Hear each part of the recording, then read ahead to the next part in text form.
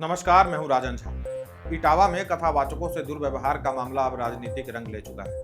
कथावाचक मुकुटमणि यादव और संत सिंह यादव के समर्थन में यूपी से अखिलेश यादव और बिहार से लालू व तेजस्वी यादव उतर चुके हैं। इस पर आगे चर्चा करेंगे। उसके पहले आपको संक्षेप में पूरे घटनाक्रम की जानकारी दे देते हैं। इसके दो पक्ष हैं। पहले कथावाचकों का पक्ष क्या है वो जानते हैं।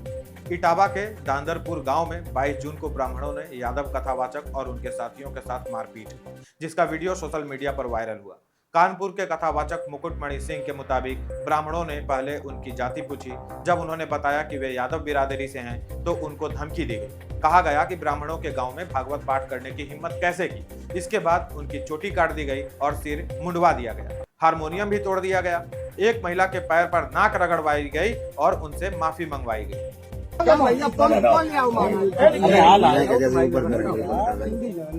इन्हें जब याद रहे वो चाहिए कि ब्राह्मणन के गांव में आए कि तुमने मतलब जो करो वो जो तुम्हारी बाकी सजा है, जिंदगी में तुम्हें ऐसा करबो नहीं चाहिए तो जो तुमने करो बड़ी वाली नहीं लेने बंदी है महाराज। क्या करे पूरा बुढ़वा पूरा ले रहे यही तो मेन है। बस ध्यान देना।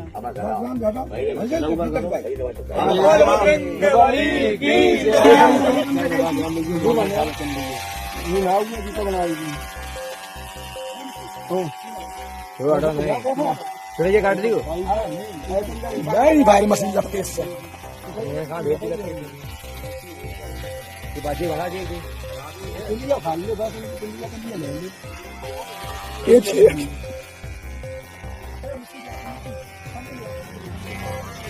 कैसी नहीं देखो नकली पंडित बन के गांव में व्यास की सीट पे बैठे है। देख ले उसका चेहरा ये देखा, देखो जी ये तिवारी आए मनु के बन के चमार है और यहाँ कर रहा हूँ भागवत।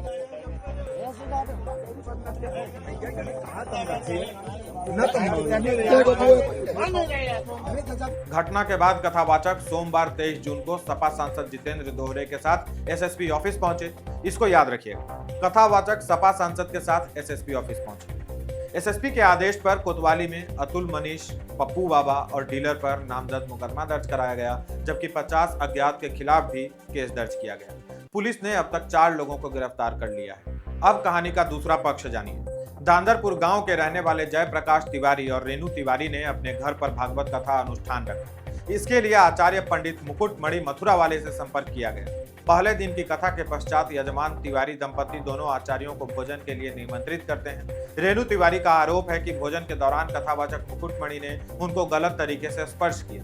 इसके बाद उन्होंने शंका व्यक्त करते हुए यह बात अपने पति जयप्रकाश तिवारी को बतलाई। उस समय रेणु तिवारी ने बतलाया कि कलश यात्रा और पूजा के समय भी कथावाचक उनको बार बार छूने की कोशिश कर रहे थे, लेकिन उस समय उन्होंने इसे अनदेखा कर दिया।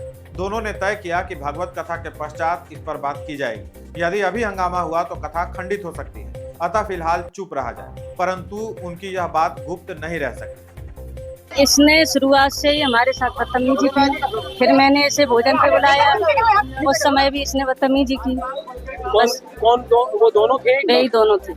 दोनों थे? हाँ। कथावाचक? हाँ। तो मैंने अपने पति को बताया।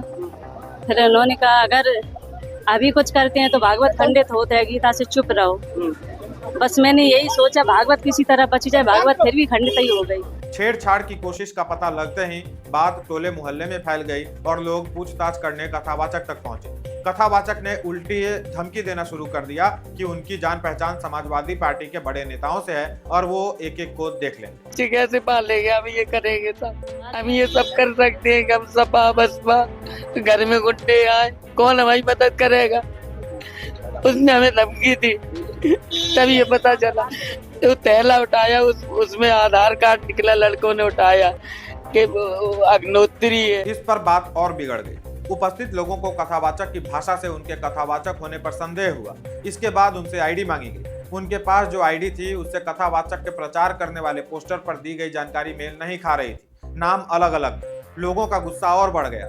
यहाँ जाति संबंधी विवाद नहीं था, मामला पूजा पाठ के बहाने छेड़छाड़ से जुड़ा था, अभद्रता से जुड़ा था। उपस्थित लोगों ने दोनों को पकड़कर अपनी तरफ से सजा दी, जो कि कानूनन गलत था, पर आक्रोश में ऐसी घटनाएं हो जाती हैं। लोगों ने उनका सिर मुंडवाया और रेणु तिवारी से माफी मांगने को कहा। अब असल कहानी यहाँ से शुरू होती है। पकड़े जाने के बाद इसे जातीय एंगल दे दिया गया। इतना ही नहीं, इसमें कई बातें और जोड़ दी गई, जैसे रेणु तिवारी की तस्वीर के साथ यह प्रचारित किया जा रहा है कि महिला के मूत्र से शुद्धिकरण किया गया, जो कि भ्रामक। तो ये भी कहा कि वहाँ किसी महिला से पैर छुआने के बाद उसकी पेशाब से नहीं, ये बिल्कुल गलत है। ऐसा कुछ भी नहीं हुआ। आपको लगता है कि कोई महिला मतलब ऐसी होगी कि मतलब वो टॉयलेट करेगी, फिर कोई मतलब भैया ऐसे कोई हाथ में पकड़ के उसमें सड़कने जाएगा क्या? गंगा जल है क्या आप? ऐसा कुछ भी नहीं है। ये केवल बस केवल प्रोपेगेंडा बनाया जा रहा है। एफआईआर में भी इस बात का उल्लेख नहीं है, परंतु कुछ भीमटे और हिंदू घृणा से सनी जिहादी ने इस फेक न्यूज को प्रचारित कर हिंदुओं के बीच वैमनस्य को बढ़ावा देने की कोशिश कर रहे हैं। उनकी कोशिश है कि हिंदू जातियों में बढ़कर लड़ते रहें, कमजोर होते रहें, ताकि उनका गजवाए हिंद का ख्वाब पूरा हो सके। रही बात कथावाचकों की, तो ऐसा कहा जा रहा है कि कथावाचक बनने से पहले इन लोगों ने कई और प्रोफेशन में हाथ आजमाया था, विद्यालय चलाया, नवबौद्ध भी बने, परंतु मार्केट में डिमांड और आमदनी कम होने के कारण ब्राह्मण बनकर कथा करने की सोची। किसी और की बात पर विश्वास मत कीजिए, कथावाचक जो कह रहे हैं वह सुनिए। संत सिंह यादव हमारा नाम है।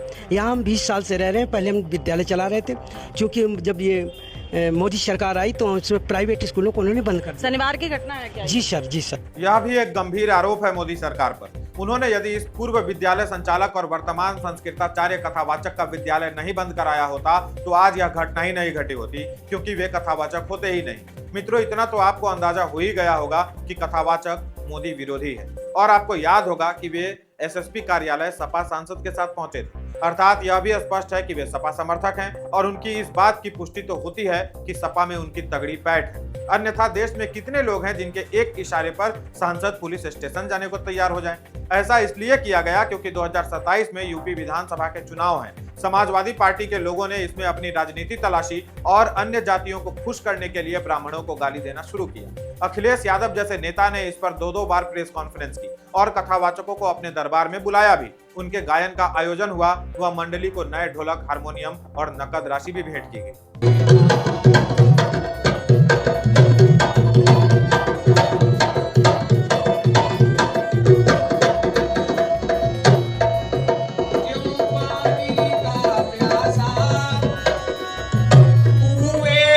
जाता है जो पानी का प्यासा,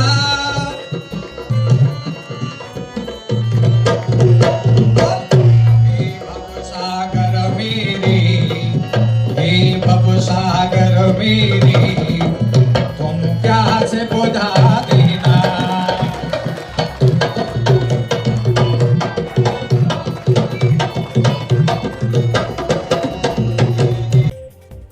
बिहार वाले यादवों का कुनबा भला पीछे क्यों रहता? यूपी से पहले तो बिहार में चुनाव है, अतः राजद के ऑफिशियल एक्स हैंडल से एक पोस्ट किया गया। इसमें जिस भाषा का उपयोग किया गया उसमें पीड़ितों से सहानुभूति कम और ब्राह्मणों से घृणा अधिक टपक रही थी।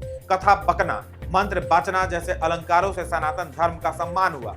आरक्षण को अधिकार कहने वाले स्वयं के लिए मेहनत कश जैसे शब्दों का उपयोग कर रहे हैं और मेरिट से अपना भविष्य बनाने वालों को भिखमंगा कहकर संबोधित कर रहे हैं। कह रहे हैं बहुजन दान दक्षिणा देना बंद कर देंगे तो भूखे मर जाओगे, और फिर ठाकुर का कुआं, ठाकुर का पैसा, ठाकुर का खेत कविता भी गाते रहते हैं। पहले तय कर लीजिए आप गरीब हैं और पिछड़े हैं या धनवान और दानी। रही बात कथा वाचने और मंत्र पढ़ने की, तो इस पर किसी का एकाधिकार नहीं है। यह स्वतंत्रता सनातन देता है। सनातन व्यवस्था जाति आधारित नहीं अपितु कर्म आधारित है। वर्ण व्यवस्था में कर्म के आधार पर तय होता है व्यक्ति ब्राह्मण है अथवा नहीं। जन्मना जायते शूद्रः संस्कारात् भवेत् द्विजः वेद पाठात् भवेत् विप्रः ब्रह्म जानातीति ब्राह्मण। अर्थात हर व्यक्ति जन्म से शूद्र होता है, संस्कारों से वह द्विज बनता है, वेदों के अध्ययन से वह विप्र बनता है, और जो ब्रह्म को जान लेता है वह ब्राह्मण कहलाता है। यह श्लोक मनुस्मृति का है, उसी मनुस्मृति का जिसे लेकर विवाद होता रहता है। मैं पहले भी कह चुका हूँ, जिस दिन लोग मनुस्मृति पढ़ और समझ लेंगे उसी दिन से इस पुस्तक से घृणा त्याग कर प्रेम करना शुरू कर देंगे। मैं अपने ग्रंथों और पूर्वजों के नियमों पर पूरा विश्वास रखता हूँ, इसलिए इस बात का समर्थन नहीं कर सकता कि अन्य जाति समूहों को कीर्तन करने, भगवान की कथा कहने या व्यासपीठ पर बैठने का अधिकार नहीं है। देखने वाली बात यह है कि जिन कथावाचकों के विषय में बात हो रही है वो सनातन नियमों का कितना पालन करते हैं, वो सनातन नियमों का पालन करके व्यासपीठ तक पहुंचे अथवा नहीं, संस्कृताचार्य की डिग्री उन्हें किस विश्वविद्यालय से मिली, वो आचार्य हैं भी या नहीं, उन्होंने नाम क्यों बदला, क्या तिवारी दंपति के आरोप सही हैं, यह सब जांच का विषय है। दोनों पक्षों की बात पुलिस प्रशासन तक पहुंच चुकी है, शासन भी एक्टिव है, जो बात है वह बाहर आ ही जाएगी। आज के लिए वीडियो को यहीं विराम देते हैं, फिर से प्रस्तुत होंगे किसी अन्य विषय के साथ। नमस्कार।